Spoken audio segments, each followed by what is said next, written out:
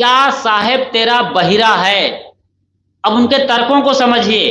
साहेब के साथ लोग लड़ते क्यों नहीं थे, उन पर आक्रमण क्यों नहीं करते थे, या उनके खिलाफ फतवा क्यों नहीं जारी होता था, इस बात को आज अच्छी तरीके से समझते हैं।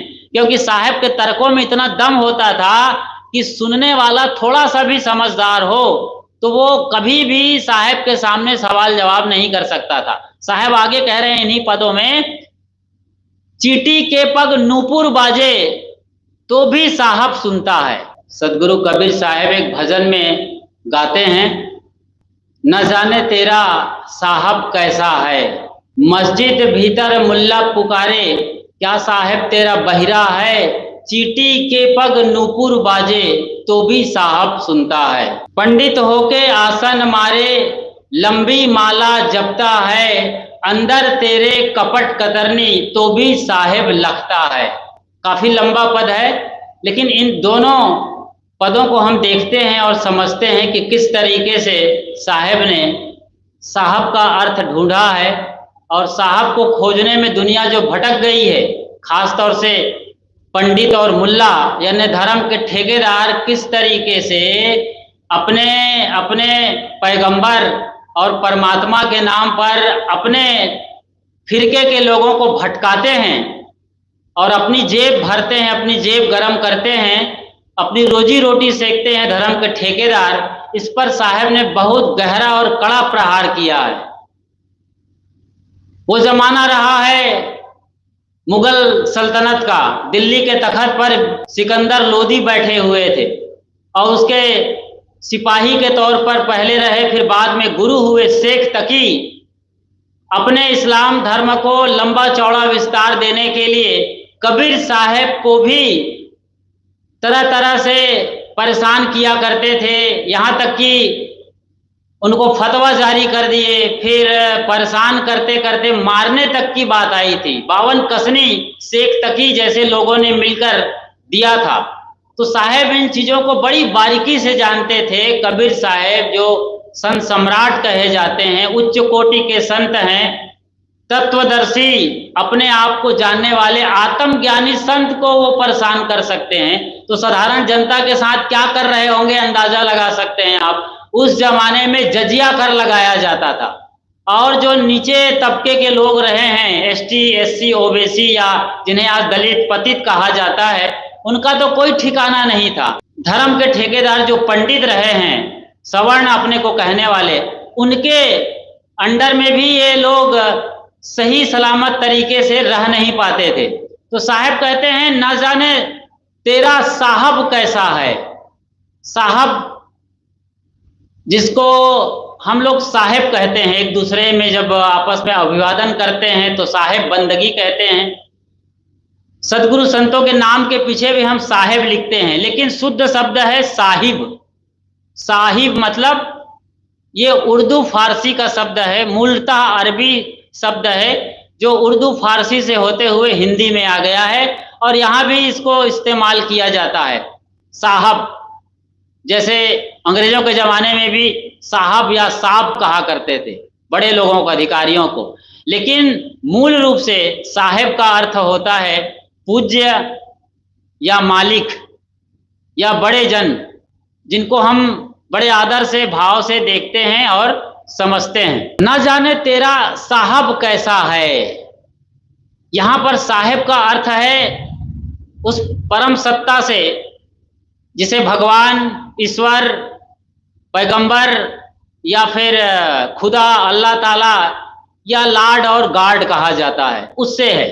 हर मत मजहब और परंपरा में कोई ना कोई सुप्रीम पावर है, जिन्हें हिंदू भगवान और ईश्वर कहते हैं, मुसलमान अल्लाह या फिर पैगंबर कहते हैं। ऐसे ही ईसाई मजहब में देखिए, ईसाई संप्रदाय में, ईसाईयत की परंपरा में तो लॉर्ड या गॉड कहते हैं।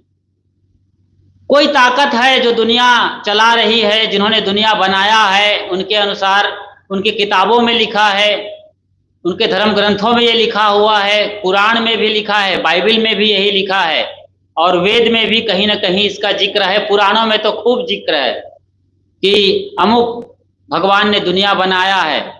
तो ठीक है, आपका साहब दुनिया बना रहा है, दुनिया चला रहा है, लेकिन जिसकी इबादत तुम इबादत गाह मस्जिद में कर रहे हो, नमाज अदा करते हो, कुरान पढ़ते हो, अजान लगाते हो, तो साहब सवाल करते हैं मुसलमानों से, मस्जिद भीतर मुल्ला पुकारे, क्या साहब तेरा बहिरा है? आप पुकार लगा रहे हो, बांग लगा रहे हो। साहब ने तो एक और जबरदस्त करारा प्रहार किया है एक साखी में, कंकड़ पत्थर जोड़ के मस्जिद लिया चुनाए, ता चढ़ मुल्ला बांग दे, क्या बहिरा हुआ खुदाए। अब ये इतना बड़ा करारा तमाचा है कि कोई भी तिल मिला जाए सुने तो, जिस बिरादरी के लिए कहा जाता है। लेकिन साहेब उस जमाने में जब हिंदू मुस्लिम की तलवारें खींची रहती थी, उनके बीच जा करके दोनों कौम के बीच सुलह कराता था, समझौता कराता था और जलती हुई आग में पानी डालता था। इसलिए दोनों दीन के यानी हिंदू और मुसलमान के दोनों जो धर्म के अगुआ लोग रहे हैं, जिन्हें हम धर्म के ठेकेदार कहते हैं, वो इन बातों को समझते थे और साहब का बड़ा आदर और सम्मान करते थे। इसीलिए साहब के साथ ऐसा कुछ भी नहीं हुआ और 120 बरस तक वो सलामत रहे। उल्टे आखिरी में जब ये कहा गया कि मगहर में मरने वाला गधा होता है, तो उस धारणा को तोड़ने के लिए साहब लाठी टेकते हुए, जैसे गांधी जी ने दांडी यात्रा किया था, इस तरीके से मगहर पहुंचे थे बनारस से। सोच लीजिए आप कितनी बड़ी क्रांति कर रहे थे। ऐसे महान क्रांतिकारी संत जब धर्म में अव्यवस्था देखते हैं, समाज में कुरीतियां देखते हैं, आडंबर पाखंड देखते हैं, तो अपना बिगुल फूकते हैं, मसाल जलाते हैं और इंकलाब करते हैं। और यही इंकलाब की बात यहाँ पर है कि मस्जिद भीतर मुल्ला पुकारे, क्या तेरा साहेब बहिरा है? काहे को इतना अजान लगा रहे, इतनी बड़ी बात कर रहे थे। अभी कुछ महीने की बात होगी, पिछले साल की बात है, एक टीवी डिबेट में नुपुर शर्मा जो बीजेपी की प्रवक्ता रही हैं, उन्होंने जब अगले आदमी ने टीवी डिबेट में शिवलिंग के बारे में भर्त्सना कर दी, अश्लील बातें बोली, तो उन्होंने एक लाइन बोला था कि आपके मोहम्मद साहब भी तो 6 बरस में आयशा से शादी किया था, निकाह किया था और 9 बरस में उनके साथ वैवाहिक संबंध बनाया था। बस इतनी बात वो बोली थी और ये बात आग की तरह फैल गई थी पूरी दुनिया में। संयुक्त अरब अमीरात, मिस्र और जो 58 कंट्री हैं मुस्लिम परंपरा के, वो सब एकदम उबल पड़े और भारत को कहीं ना कहीं थोड़ा झुकना पड़ा किसी लिहाज से। बीजेपी की रही है तो उनको निकाल बाहर किया, पार्टी के प्रवक्ता पद से निलंबित कर दिया। तो एक छोटी सी बात चिंगारी के तरीके से आज भड़क जाती है और पंडितों की नगरी में, जहां मुल्ला मौलवियों का भी ठाट बाट है, जहां पर दिल्ली में सरकार है सिकंदर लोदी की, उसके बावजूद साहब सीना तान करके लोदी के सामने जब वो बनारस आते थे, काशी आते थे, साहब के घर में यानी उनकी नगरी में आते थे, तब साहब उनसे भी कई तरह की बातें करते थे, क्योंकि वो लोग चाहते थे कबीर साहब मुसलमान बन जाए तो इनके साथ जुड़े हुए लाखों लोग जो हिंदू हैं आज मुसलमान हो जाएंगे। क्योंकि शेख तकी को मालूम था कि ये जहां उनकी परवरिश हुई है नीरू नीमा के यहाँ, जो कन्वर्टेड हिंदू रहे हैं, तो वो जानते थे कि ये मूलतः मुसलमान हैं, इनको यदि हम मुस्लिम बना लेते हैं तो फिर बहुत बड़ा काम हो जाएगा और हमारी मेजॉरिटी बढ़ जाएगी और हमारा सपना पूरा हो जाएगा। लेकिन ऐसा हुआ नहीं। तो साहब कहते हैं, क्या साहब तेरा बहिरा है? अब उनके तर्कों को समझिए। साहब के साथ लोग लड़ते क्यों नहीं थे, उन पर आक्रमण क्यों नहीं करते थे, या उनके खिलाफ फतवा क्यों नहीं जारी होता था, इस बात को आज अच्छी तरीके से समझते हैं। क्योंकि साहब के तर्कों में इतना दम होता था कि सुनने वाला थोड़ा सा भी समझदार हो तो वो कभी भी साहब के सामने सवाल जवाब नहीं कर सकता था। साहब आगे कह रहे हैं इन्हीं पदों में, चींटी के पग नूपुर बाजे तो भी साहब सुनता है। सोचिए जरा, चींटी आप देख रहे हैं, जिस चींटी को आप देख सकते हैं आंखों से, उस सबसे छोटी चींटी की बात करते हैं हम यहाँ पर। उस छोटी सी चींटी जिनको बड़ी मुश्किल से आप देख पाते हैं, भूरी भूरी सी होती है, उनके पैर नजर नहीं आते आपको। उनके पैरों में साहब कहते हैं नुपुर पहनाओ। नुपुर, अभी मैंने नुपुर शर्मा की बात करी जिन्होंने आग लगा दिया पूरी दुनिया में मुसलमान कंट्री के खिलाफ। तो साहब कहते हैं नुपुर मतलब होता है घुंघरू। छोटे से पैर होते हैं जो आंखों से दिखाई नहीं देता। उस पैर के लिए कितने माइक्रो लेवल का घुंघरू बनाना पड़ेगा। कोई नासा वाला बनाएगा, कोई सैमसंग वाला बनाएगा, इतना माइक्रो लेवल का घुंघरू। वो घुंघरू भी बजेगा तो भी साहब सुनता है। और तुम यहाँ बांग लगा रहे हो, मुर्गा बने हो, टावर पर चढ़ के मुर्गा बन के दहाड़ रहे हो, चिल्ला रहे हो सवेरे सवेरे। कितना मतलब साहब यहाँ पर ऐसी बात बोलते हैं कि तिलमिला जाए, लेकिन तिलमिला करके रह जाए आदमी और अपनी समझ को बढ़ा ले तो उनकी बात बन जाए। ये साहब चाहते थे कि तुम सुधरो, गलत ट्रैक पर ले जा रहे हो समाज को। एक हाथ में तलवार, एक हाथ में कुरान, और पूरी दुनिया को इस्लामिक कंट्री बना दो। सब जगह इस्लाम, सब जगह कुरान, सब जगह मोहम्मद साहब, सब जगह नमाज, और वो पश्चिम दिशा में दीवार, यही सब चाहते थे वो। लेकिन ऐसा हुआ नहीं। इसी के साहब खिलाफ थे। धर्म के खिलाफ नहीं थे साहब, धर्म के ठेकेदारों के खिलाफ थे। किसी भी परंपरा के खिलाफ नहीं थे, परंपरावाद के खिलाफ थे साहब। परंपराएं तो अच्छी होती हैं, परंपराएं तो सबके अंदर भाईचारा, मानवता, एक दूसरे का मदद करना, यही सिखाते हैं। ह्यूमैनिटी, इंसानियत, मानवता तो सब परंपरा में कूट कूट के भरी हुई। लेकिन परंपरावाद जब आ जाती है तो एक तरफा मामला बैठने लगता है। तो साहब कहते हैं तुम्हारा खुदा बहरा नहीं है, बहरा तुम लोग हो, तुम बहरे हो। ये साहब इनडायरेक्टली बोल रहे थे कि सारे मुसलमान बहरे हैं जो हलाल करके, जबा करके, काजी काज करहु तुम कैसा, घर घर जबा करावो भैंसा। अब काजी को पकड़ा जो उसके सबसे बड़े सरदार होते हैं मुसलमानों में, उसे पीर कहो, गुरु कहो, औलिया कहो, वो काजी जो फैसला देने वाला है, किसी भी मामले का आखिरी निपटारा करने वाले सुप्रीम कोर्ट के जज हैं उनके अनुसार, वो काजी भी कैसा आदेश दे रहा है, काजी काज करहु तुम कैसा, और घर घर जबा करावो भैंसा। भैंसा मार रहे हो, भैंसा मारने का आदेश दे रहे हो। ये कौन सा काज कर रहे हो? क्या चाहते हो ऐसे हलाल करके, निरीह और मूक प्राणियों को मार करके? जब आप भैंसा काट रहे हो, आज भी भैंसे तो छोड़ दीजिए, ऊंट भी, अभी बकरीद और ईद का दिन जब आएगा तो बड़े चौराहे पर ऊंट लाया जाता है, जंजीर या रस्सी से बांध दिया जाता है, और यही मुसलमान उनके गर्दन पर एक बड़ा सा तलवार चलाते हैं। बताइए, वो दृश्य आप देख सकते हैं। गर्दन कट गई है, खून फेंका जा रहा है, वहां फव्वारे निकल रहा है पंप के तरीके से, और वो तड़प तड़प के कूद रहा है ऊंट। सोचिए जरा, उसकी आवाज नहीं सुनाई पड़ रही है। बकरा मारो, मुर्गी मारो, गाय, ऊंट, सुअर, जो भी मारो आप उनकी आंखों को देखिए जब वो मर रहा हो, उनके करुण चित्कार और पुकार को सुन लीजिए, और वो सुनाई नहीं पड़ रही है। और अल्लाह हो अकबर, बिस्मिल्लाह रहमाने रहीम, ये टावर पर चढ़ के चिल्ला रहे हो। किसको चिल्ला रहे हो भाई? तुम खुद नहीं सुन रहे हो, अपने कान, अपने मुख की वार्ता सुने ना अपनी कान। आप खुद ही नहीं सुन रहे हो कि अल्लाह ताला जो निहायत रहम दिल वाला है, उसके नाम पर इतना बेरहमी का काम कर रहे हो, खून खराबा कर रहे हो। तो साहब इसीलिए एकदम इंकलाब कर देते चौराहे पर जा करके।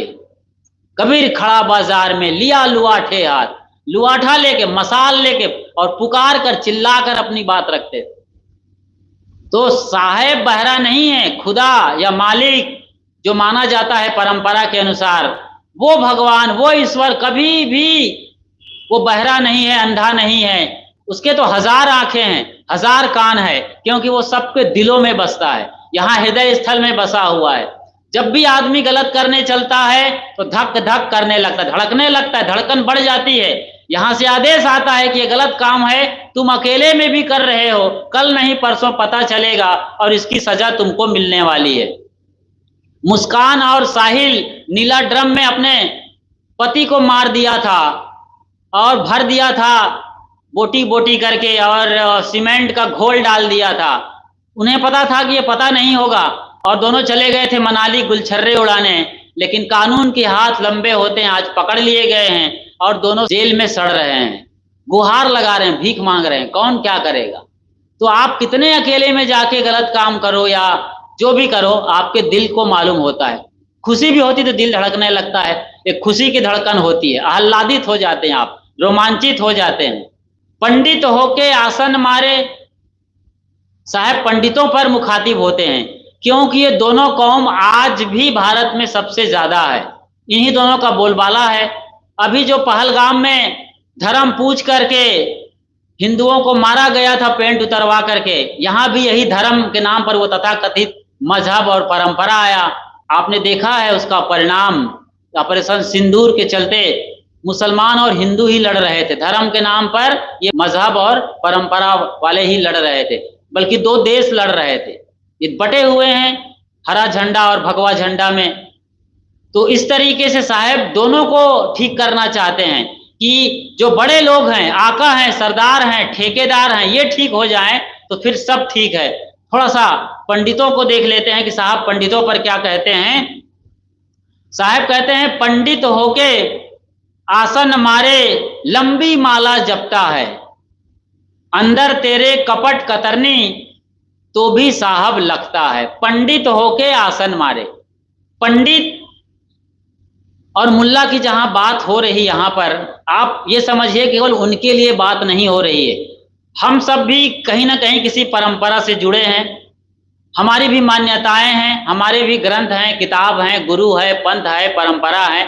तो जब हम कट्टरवादी हो जाते हैं, परंपरावादी हो जाते हैं, गुरु पशु हो जाते हैं और किताब पशु, जिन्हें कबीर साहब वेद पशु कहते हैं, मतलब ग्रंथ और पंथ में हम आबद्ध हो जाते हैं, हमारी आंखों में एक में गुरु और दूसरे में ग्रंथ का मोतिया बिंद हो जाता है, तो हमें कुछ भी नहीं दिखता जो सच्चाई है। हम झूठ को ही देखते हैं, अपनी परंपरा और अपनी मान्यताओं को ही देखते हैं, एक पिंजरे में बंद हो जाते हैं। इसलिए हम सब भी कहीं ना कहीं छोटे छोटे अंशों में पंडित हैं, छोटे छोटे अंशों में मुल्ला मौलवी भी हैं, पोप पादरी भी हैं और पंडित पुरोहित भी हैं। इसलिए हर आदमी को आज देखना है, हमको खुद भी देखना है।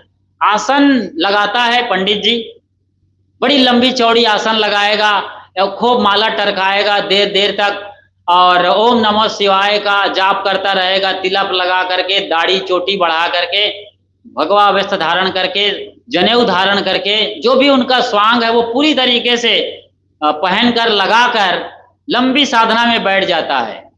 पंडित होके आसन मारे लंबी माला जपता है।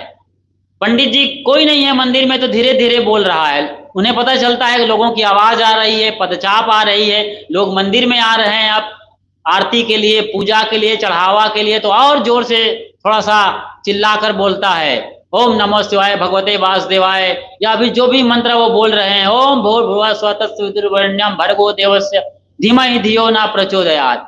मतलब उन्हें मालूम है कि मुर्गा फंसने वाला है, मुर्गा बकरा आ रहा है, अब थोड़ा सा ज्यादा सा नौटंकी किया जाए, ड्रामा किया जाए और ज्यादा ढोंग पाखंड दिखाया जाए, ताकि लोग हमें सचमुच पंडित माने और हमारे जाल में फंस जाए। तो साहब यहाँ पर क्या क्या कह रहे हैं, अंदर तेरे कपट कतरनी तो भी साहब लगता है। वो तो भीतर बैठा है परमात्मा, कहाँ उसे बाहर ढूंढ रहे हैं, काशी काबा कैलाश में, नदी पहाड़ पर्वत और समंदर में, कहीं नहीं है बाहर। बाहर तो जड़ सृष्टि भर है, वो चल रही है जो कुदरत के कानून है उसके हिसाब से, लेकिन आपके भीतर जो परमात्मा बैठा है वो सही फरमान दे रहा है, आदेश दे रहा है कि सबके साथ वही व्यवहार करो जैसा तुम दूसरों से अपने लिए चाहते हो। ये हर दिल की, हर धड़कन की आवाज है। हर बार आदमी ने गलती किया है और जब गलती किया भर पेट सजा भोगा है तो अपने दिल को ही सुना है, आखिर काश मैं गलती नहीं किया होता, काश मैं संभल गया होता, काश मैं ये कदम ना उठाया होता तो आज मैं बदनाम नहीं होता, सलामत होता और बड़े मजे से जी रहा होता। लेकिन दुख भोगने के बाद, बदनामी झेलने के बाद फिर वही काम करता है आदमी। अंतर तेरे कपट कतरनी, ये जो कैंची चल रही है कपट की, शकुनी बदनाम है समझ में आता है, मंथरा भी बदनाम है ये भी समझ में आता है, लेकिन हमारे ही भीतर शकुनी छिपा हुआ है, हमारे ही भीतर मंथरा बैठी हुई है। इसे कोई देखने वाला मिल जाए तो वो बिरला है और वही अपने आप को देखने वाला महान है। वही साहेब के शब्दों में सच्चा साहेब है, जिससे मिलने की जुगत बताते हैं। आप बीजक पढ़ते हैं उनके भजनों में, वही साहेब से मिल रही है। तो साहेब से मिलना है तो साहेब भीतर बैठा है और उसकी आवाज़ निरंतर निकल रही है। भीतर अंतरात्मा की आवाज़ को पढ़ें, सुने, समझें और अपने कल्याण का मार्ग प्रशस्त करें।